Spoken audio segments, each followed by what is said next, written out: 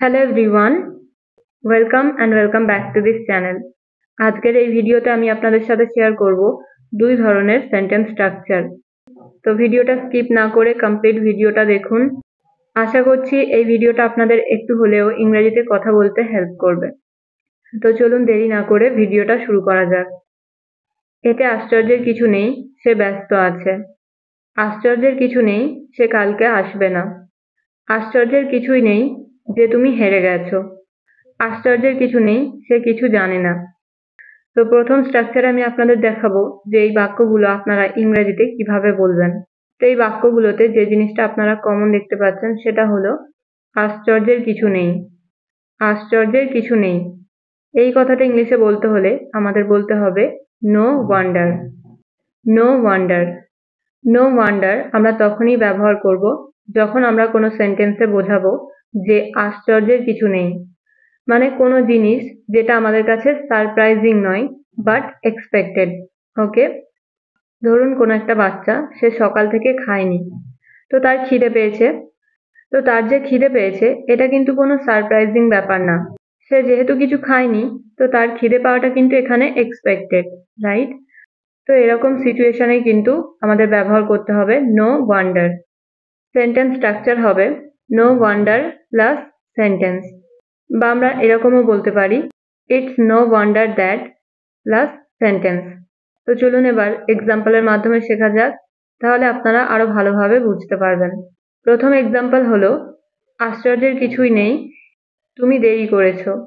আশ্চর্যের কিছুই নেই, তুমি দেরি করেছো। No wonder you are late. No wonder you are late. পরের এক্সাম্পল আশ্চর্যের কিছুই নেই, সে খুশি হবে।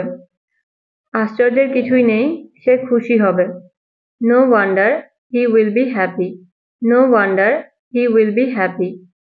এতে আশ্চর্য হবার কিছুই নেই যে আমি সবকিছু জানি। এই বাক্যটার ইংরেজি হবে it's no wonder that I know everything. It's no wonder that I know everything. Okay, পরের এক্সাম্পল আশ্চর্যের কিছুই নেই, সে আসেনি। No wonder he did not come. No wonder he did not come. আশ্চর্যের কিছুই নেই, তুমি গেমটা হেরে গেছো। আশ্চর্যের কিছুই নেই, তুমি গেমটা হেরে গেছো। It's no wonder that you lost the game. It's no wonder that you lost the game. তো এই স্ট্রাকচারটা দিয়ে আমি আপনাদের সাথে 5টা এক্সাম্পল শেয়ার করলাম। তো এবার আশা করছি এই স্ট্রাকচারটা নিয়ে আপনাদের কোনো সমস্যা নেই। তো এবার আপনাদের প্র্যাকটিসের জন্য একটা সেন্টেন্স আমি বলছি, যেটার ইংরেজি আপনাদের কমেন্টে লিখে জানাতে হবে। ওকে, সেন্টেন্সটা হলো আশ্চর্যের কিছুই নেই, শিশুটি কাঁদছে। আশ্চর্যের কিছুই নেই, শিশুটি কাঁদছে। এই বাক্যটা ইংলিশে কি হবে আপনারা কমেন্টে লিখে জানান। তো আমরা অলরেডি প্রথম স্ট্রাকচার দেখে নিলাম, এবার দেখা যাক 2 নাম্বার স্ট্রাকচার। তার সাথে কথা বলে তুমি সমস্যা ডেকে এনেছো। তাকে সাহায্য করে তুমি সমস্যা ডেকে এনেছো। সে আমাকে কল করে সমস্যা ডেকে এনেছে। আমরা আবার কখনো কখনো আমাদের ডেইলি লাইফে এই ধরনের বাক্যগুলো ব্যবহার করে থাকি, রাইট? তো এই প্রতিটা বাক্যে দেখতে পাচ্ছেন আপনারা কেউ কোনো কাজ করে সমস্যা ডেকে এনেছে। তো এই যে সমস্যা ডেকে আনা, এই কথাটা ইংরেজিতে বলতে হলে আমাদের বলতে হবে ইনভাইটেড ট্রাভেল। Invited travel. তো এই বাক্যগুলো ইংরেজিতে বলতে হলে কমপ্লিট সেন্টেন্স স্ট্রাকচার কি হবে চলুন দেখা যাক। হ্যাভিং প্লাস ভার্বের third form plus him, her, them plus subject plus have অথবা হ্যাজ, মানে এখানে সাবজেক্ট অনুযায়ী হ্যাভ অথবা হ্যাজ হবে, এবং শেষে বলতে হবে ইনভাইটেড ট্রাভেল। তো চলুন এবার কয়েকটা এক্সাম্পল দেখা যাক।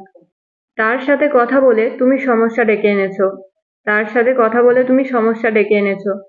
Having talk to him you have invited travel. Having talk to him you have invited trouble. তাকে সাহায্য করে তুমি সমস্যা ডেকে এনেছো। Having helped her you have invited travel. Having helped her you have invited trouble. সে আমাকে কল করে সমস্যা ডেকে এনেছে। Having called me he has invited travel. Having called me he has invited trouble. তাদের টাকা দিয়ে তুমি সমস্যা ডেকে এনেছো। Having given them money you have invited travel. Having given them money you have invited travel. তো আই হোপ এই এক্সাম্পলগুলো দেখে আপনারা বুঝে গেছেন যে এই বাক্যগুলো ইংরেজিতে কিভাবে বলতে হয়। তো এই স্ট্রাকচারটা দিয়েও কিন্তু আপনাদের একটা বাক্যের ইংরেজি বলতে হবে, সেটা হলো তাকে সত্যি বলে আমি সমস্যা ডেকে এনেছি। তাকে সত্যি বলে আমি সমস্যা ডেকে এনেছি। তো এই বাক্যটার ইংরেজি কিন্তু আপনারা সবাই কমেন্টে লিখে জানাবেন। তো অলরেডি আমি আপনাদের 2 ধরনের সেন্টেন্স স্ট্রাকচার দেখালাম। তো এবার আপনাদের কাজ হলো এই দুটো স্ট্রাকচারের মাধ্যমে আরো নানা ধরনের সেন্টেন্স নিজেরা বানিয়ে প্র্যাকটিস করা। আর এই চ্যানেলে যারা আপনারা এই প্রথমবার ভিডিও দেখছেন তাদের জন্য বলে দিই, এই চ্যানেলে অলরেডি আপনারা 200টারও বেশি অ্যাডভান্স স্ট্রাকচার পেয়ে যাবেন। তো তার জন্য আপনাদের এই চ্যানেলের প্লেলিস্টটা অবশ্যই একবার চেক করতে হবে। প্লেলিস্টে কিন্তু আমি অ্যাডভান্স স্ট্রাকচার বলে একটা আলাদাভাবে প্লেলিস্ট বানিয়ে দিয়েছি।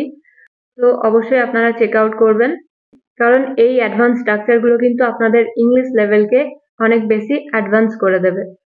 তো এই ভিডিওটা আমি এখানেই শেষ করতে চাই। আপনারা সবাই ভালো থাকবেন। Thank you so much for watching. আবার একটা নতুন ভিডিওর সাথে দেখা হচ্ছে। Till then stay happy and keep learning.